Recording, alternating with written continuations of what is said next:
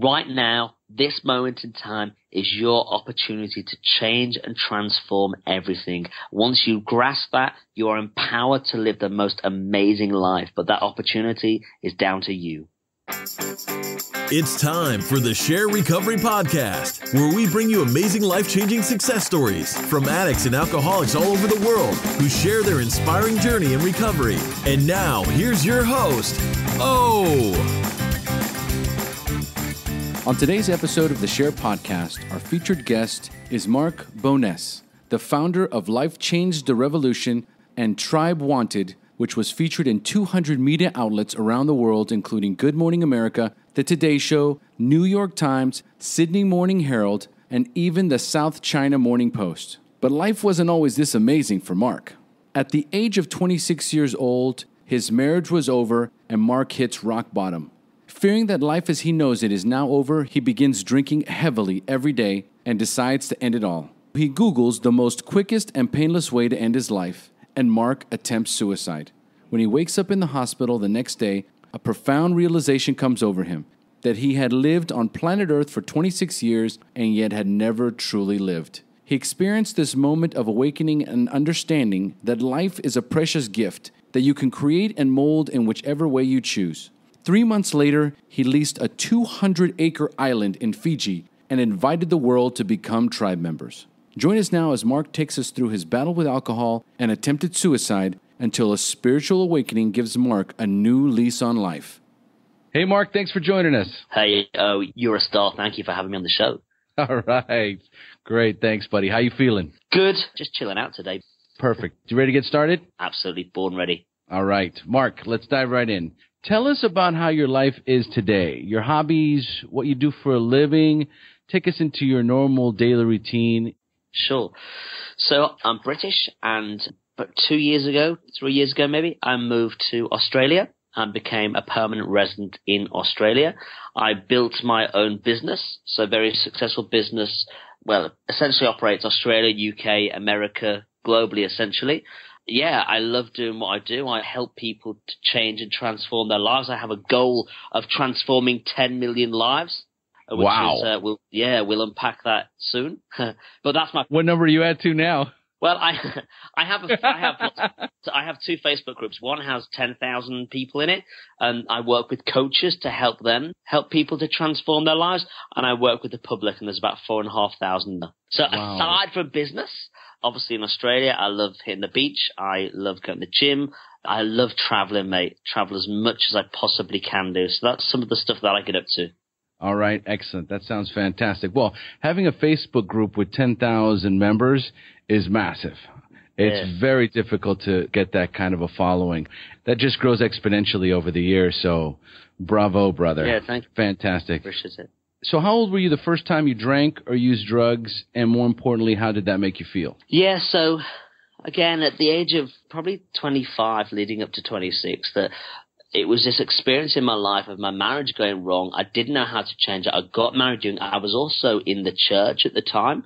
My degree is in theology. I was becoming a church leader, so it was the tension in my own mind of my marriage failing and yet growing as a church leader, and I didn't feel that my personal life was congruent. And so it was just a great place to run to drink alcohol. You hadn't started drinking until you were 25? Not at the level that I was, obviously socially. I mean, I was in the church, so I was brought up in the church, so it wasn't the done thing. But obviously, as I got older, social gatherings, but it wasn't to the extent that I'm talking about at the kind of 25, 26. It was this crunch time in my life. Everything seemed to just fall apart. And the natural place that I ran to was not just alcohol, but the safety of a pub where people didn't know me. Right. So at that stage, I'm talking about, I was drinking 5 or 6 pints a night, every single night. So as that started to build up towards my marriage being over, I started to drink heavily at the night, and then in the day, it was just my escape, mate. Got you. All right. Well, we're pretty warmed up here, so let me turn this show over to you, because there's a lot prior to that, a lot of, that part about you being part of the church, very interesting. So let's start from the beginning, Mark. I'm going to turn the show over to you. I want you to tell us your story, the battle against drugs and alcohol, where it all began, the wreckage it caused in your life, when you hit rock bottom, and finally your journey into recovery. up until today. So, Mark, take it away. Yeah, sure. So at a young age, I was brought up in the church. I'm one of 6 children. I studied theology as I got older, got married. I was running my own non-profit organization. It was amazing. I was speaking at events around the world. I was taking young people to Africa, to the slums of Africa.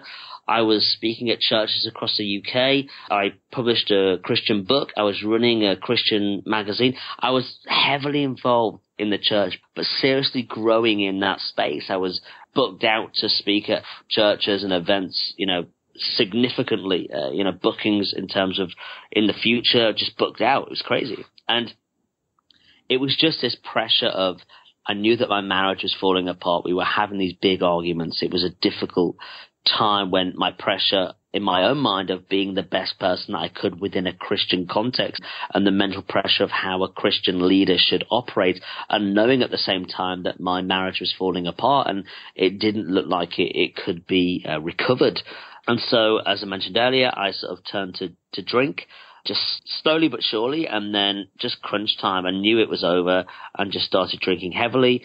My wife came in to the house on a specific day and basically told me that the marriage was over. That night, I Googled most quickest and painless way to end my life.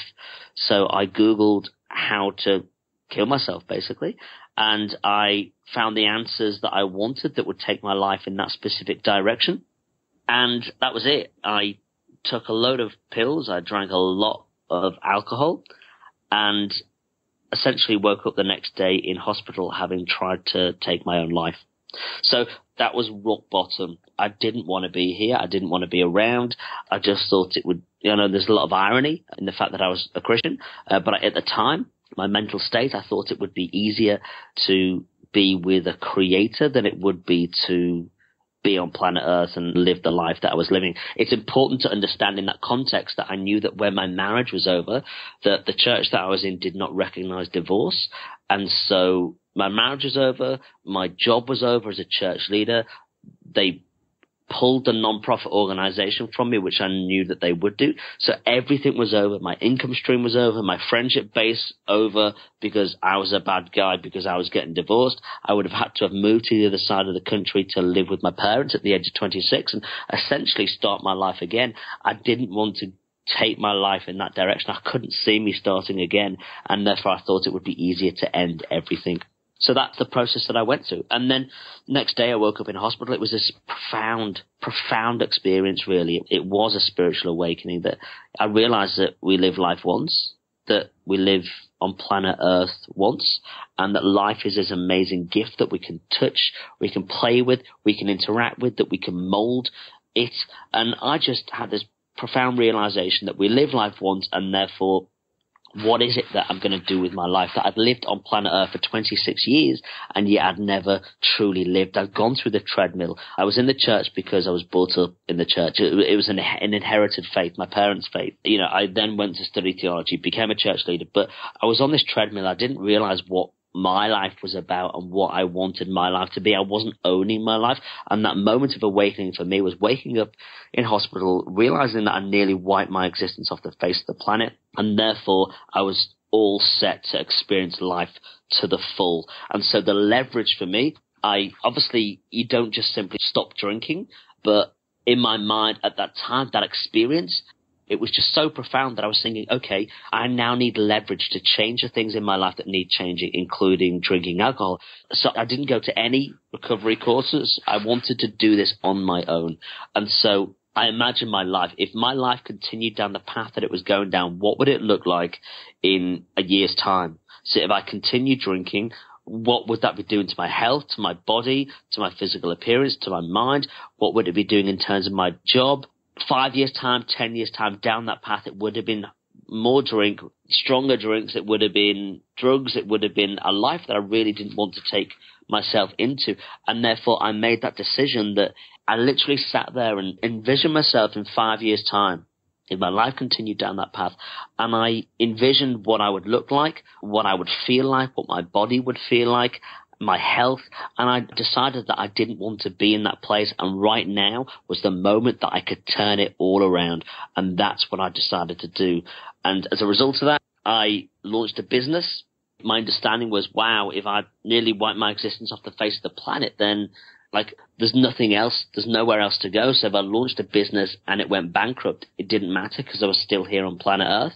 So I came up with a crazy idea, at least a 200-acre island in Fiji that had nothing on it, invited the world to become tribe members. So online they could decide what they wanted to do on the island, how they wanted to interact with nearby Fijians, building traditional bures. It was an eco-island, how we grew food, how we rebuilt the local schools and spoke at the local schools. And then, so people decided online, and then they got to visit the island in real life. Now, literally, this is amazing that just a couple of months after I tried to take my own life, this business launched. I found myself in 200 media outlets around the world, including Good Morning America, Today Show, New York Times. We were filmed for 18 months by a TV production company in the UK that's owned by Liz Murdoch. So that's Rupert Murdoch's daughter.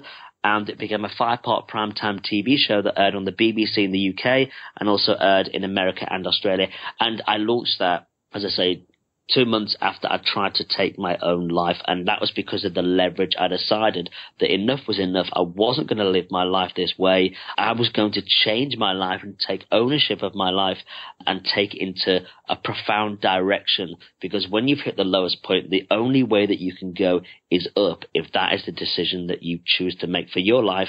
And that's my story. That, oh, no. That's it. We need more details. This whole, you went from I'm going to kill myself to you leased an island? Yeah. So a 200-acre island in Fiji. I leased an island. How do you lease an island? Great question. So I basically came up with this crazy idea, as I say, and I started to look at the traditional backpackers routes. So that would either have been Thailand or it would have been around up near Australia and Fiji. I decided that Fiji was the best way to do it. I found out online that you could lease an island in Fiji. So you can lease it for 1, 2, 3, 4, 5 years. And I had no money. I literally went to the island on money that was put on a credit card, convinced the chief of the tribe in Fiji, shared with him the idea. He loved it. We had a verbal agreement, and then we launched the business. I asked a friend to create a website on the basis that I basically said, if it works, then we will pay you for it, and if it doesn't work, then I'm really sorry. And he was like, fine. Master negotiator. Absolutely. So, but it's really important to convey that because I had nothing to lose because I'd nearly lost everything. I'd hit rock bottom. So we did the same with a PR company. Look, can you give us a month's worth of PR? And then at the end of that month, we'll pay you. So I just went for it. I just created a strategy to go for it because if it all fell apart, who cares? I was still around. I was still alive. It didn't matter. That's amazing. So you lease this island. Yep. And the premise for this island is to, again, bring people over to the island, get people from all over the world to come over and just become, I don't know, indigenous? Well, they became tribe members. So the whole goal was that people that were in their 9-to-5 jobs around the world, right, were fed up, and they wanted a different experience, that they could log in at lunchtime and make decisions as to how we would develop the island, and then they got to visit the island for 1, 2, 3 weeks. Okay. So they built relationships around the world with people online in an online forum, and then they got to book in their time and meet people that were traveling from around the world. And of course, lots of them continued to book more time, experience life with the Fijians, take part in the building. So the whole goal was at the end of the 3 years, we would have developed an eco-island, a small resort that we would hand back to the Fijians that they could run themselves. And that's what we did. That's incredible. How long did this go on for? Yes, it went on we completed the 3 years in Fiji, and the business has gone on to other parts of the world now. So you're still running this business? No, I don't. So I continued coming up with crazy ideas, because that's the kind of guy I am. And my passion was really to help people change their lives. So I acted as a consultant, sold my shares, and now run another business helping people to make changes in their lives. So you walked, obviously. Now, how old were you when you got married? 23. Okay, so you were married for 3 years. Yeah. And how long were you were you a minister, or what was it that you were? Yeah, church leader. Okay, so you were a church leader, and you did that for how long? That would have been about 7 years. Okay, so you were born into this. Yeah. You know, you basically just followed in your parents' footsteps. You took it up a notch. Sure. You became, a church leader. You got married, the whole deal. Your wife leaves you. You decide you want to take your own life. When you woke up, had that spiritual awakening, and started this business, what did that do to your relationship to the religion? Or I would assume, is this Christianity? Yeah, that's correct, yeah. Yeah, and, it's an awesome question. At first, I really struggled because obviously it'd been my life, and I studied theology, so I knew the Bible inside out. And it was, at first I had to put it aside. I couldn't mentally deal with it. And then over time, I had to understand what religion and Christianity meant for me, which was a whole new level of kind of, what's the word I'm looking for? It was an awakening. It was a realization. I'd learned so much theoretically over numerous years and was teaching on these subjects, but really what did that mean to me? And basically the understanding I came to that whilst I was in churches preaching that Jesus was the only way to God, what I started to grasp afterwards is that to me, there is a creator. This creator is an infinite being, that we are finite in that we end. So the finite, i.e. that which is created, can never comprehend the mind of the creator. So when as a Christian I was saying, Jesus is the only way to God, I can't possibly know that. I can't know that. I can't know that for a certain fact. But what I know is that, look, I travel, I see the amazing world around me. I have my own experience where when I tried to end my life, somebody was banging on my door. Now, all of my friends say it wasn't them, but that was the start of the process. The ambulance came and all that kind of stuff. I don't know who or what that was, but I know that I was looked after, and now I know that I would consider myself as a spiritual being, and, life is amazing, and we don't know what is beyond this life. HP, baby. That's what I say. That's my little saying. Yeah. HP, baby, stands for higher power. Yeah, absolutely. So for those of us, I was raised in a Jehovah's Witness family. Sure. So highly restrictive sort of religion, very intense.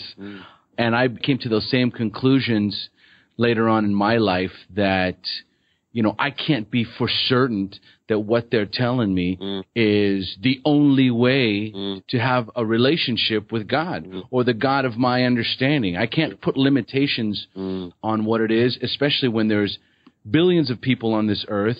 There's thousands of different religions, so many different languages. How can you tell me that this is the only way? And so where my doubts kicked in, it wasn't until I found recovery, until I got clean and sober, that I actually started developing a relationship with a higher power. So it's absolutely a spiritual program devoid of any religious interaction. So we're definitely on the same page there, that's for sure. Exciting.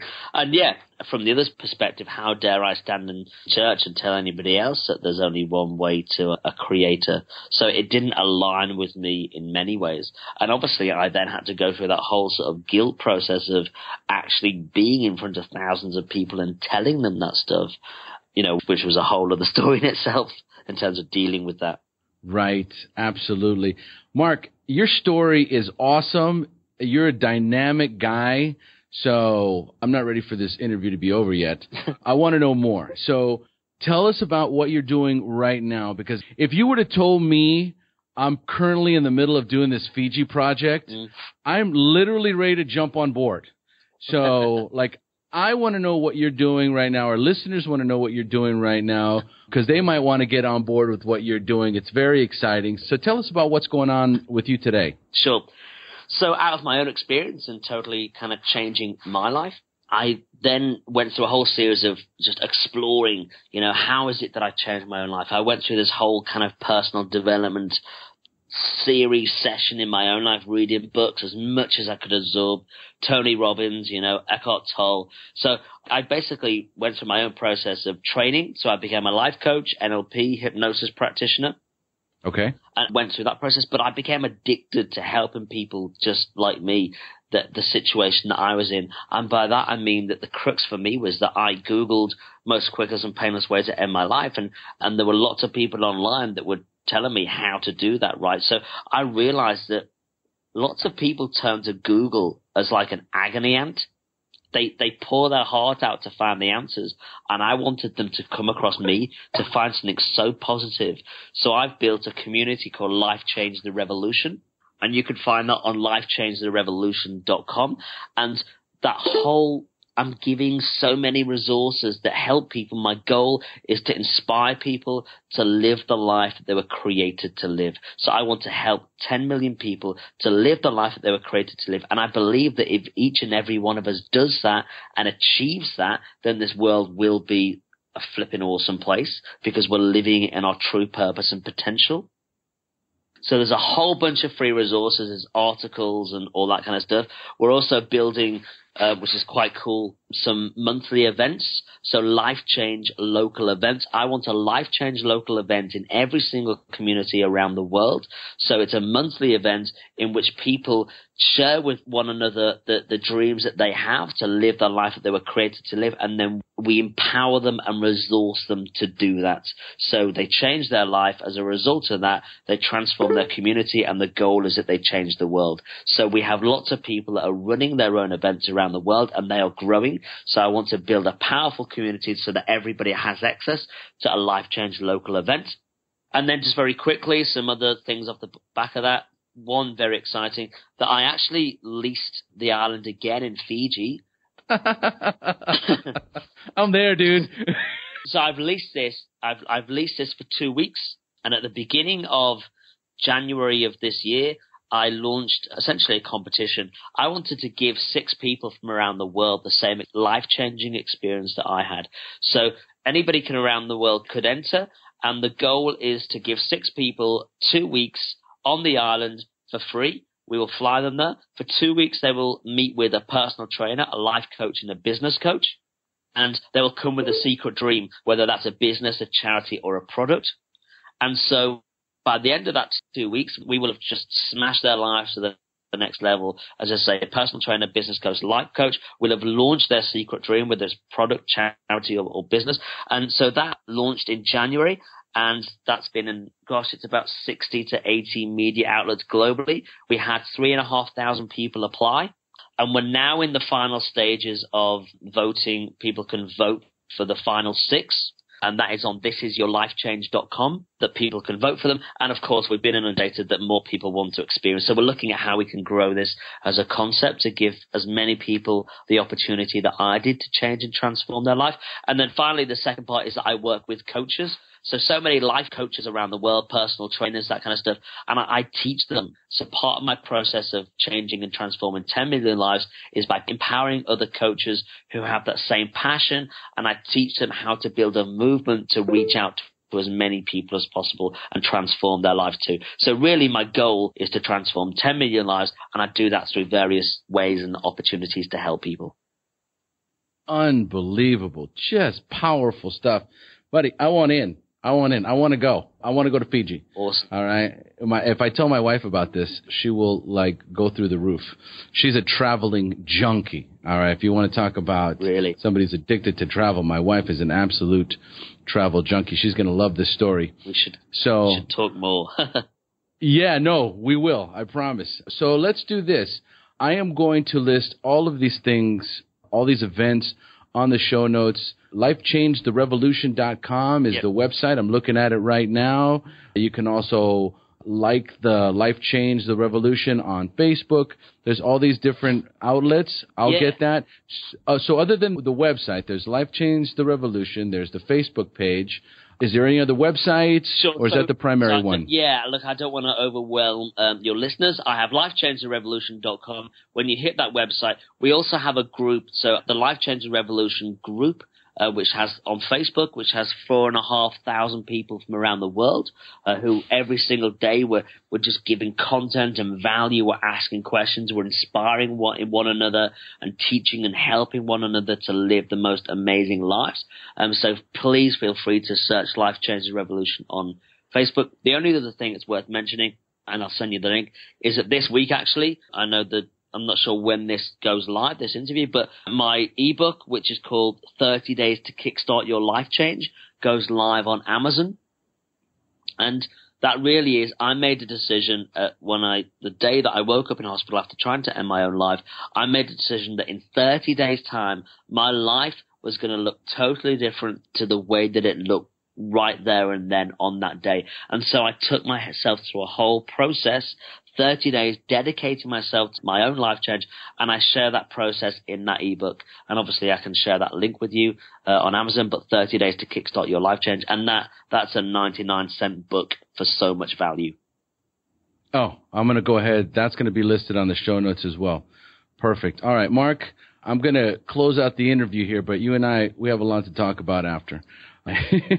So in the meantime, what I like to do when I close out the show is I like to give our newcomers some inspirational feedback from our guests. Yep. And so I'm going to ask you a few questions, and I want you to respond with inspiring and insightful answers you can share with our newcomers. Are you ready? Let's do it. All right, great. So do you have a favorite book you would recommend to one of our newcomers? Any book. Doesn't have to be about recovery. The Power of Now by Eckhart Tolle. Oh, that's a powerful book. Amazing. I've even heard some of his audio tapes. All right, The Power of Now. It's great listen, and a great book.